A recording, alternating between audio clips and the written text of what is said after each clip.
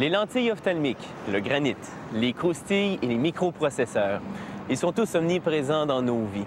Mais chaque fois que l'on met nos lunettes sur le bout de notre nez ou que l'on dévore un sac de chips bien assis devant la télé, on oublie trop souvent de se poser une question essentielle. Comment c'est fait?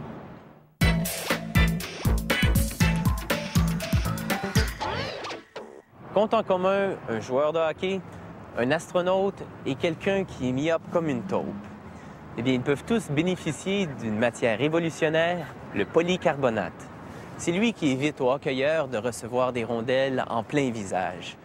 Lui aussi qui a protégé Marc Garneau du vide intersidéral lors de sa sortie dans l'espace. Finalement, c'est ce fantastique plastique qui entre dans la fabrication de lunettes à peu près incassables. Au départ, nos lentilles ne sont que de grands disques de plastique.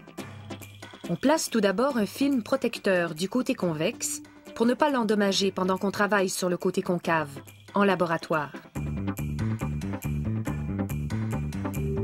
À l'aide d'un numériseur, les techniciens extraient de l'ordinateur central l'ordonnance du client. Ensuite, ils font chauffer un mélange de 7 métaux à 50 degrés Celsius. Un degré de plus ferait fondre le disque au contact. Avec ce métal fondu, ils moulent une molette qui permettra de monter le disque sur une machine afin de le travailler. À ce moment, les robots prennent la relève. Lorsque le plateau et les disques arrivent, la fraiseuse lit les renseignements de l'ordonnance, puis elle refaçonne le plastique en conséquence. Elle amincit le disque et diminue son diamètre, puis elle forme la courbure requise. Le disque peut maintenant s'appeler lentille. Mais on aperçoit toujours les cercles concentriques laissés par la machine. Et la surface est trop rugueuse. Le travail ne fait donc que commencer. On polit la lentille avec du papier abrasif sous une eau chauffée à 19 degrés Celsius, très exactement. La température de l'eau doit être constante, sinon la lentille se déformera. Maintenant que la lentille est parfaitement formée, les techniciens enlèvent la molette de métal et détachent le film protecteur de l'autre côté.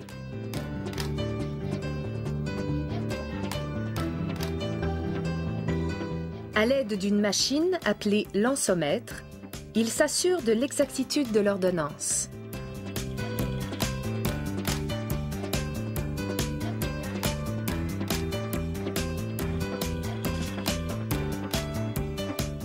Les lentilles subissent ensuite un nettoyage chimique en 15 étapes, puis recevront la couche de vernis qui les rendra résistantes aux égratignures.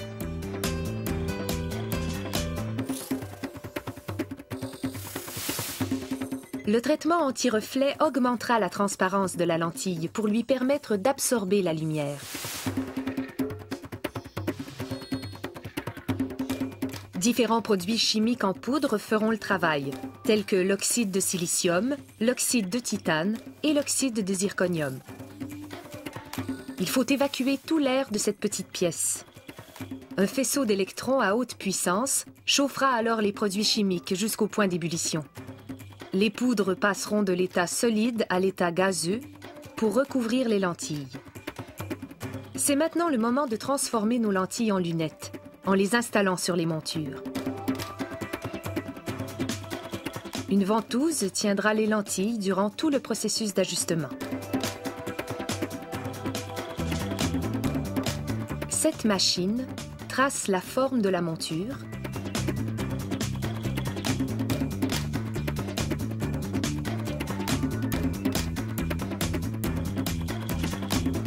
puis coupe les lentilles selon cette forme.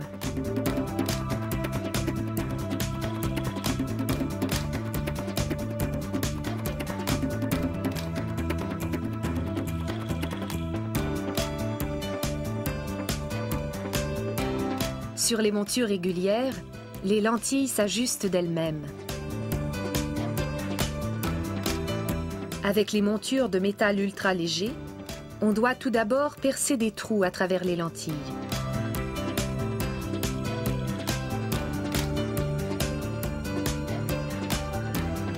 Pour ensuite les attacher à leur monture.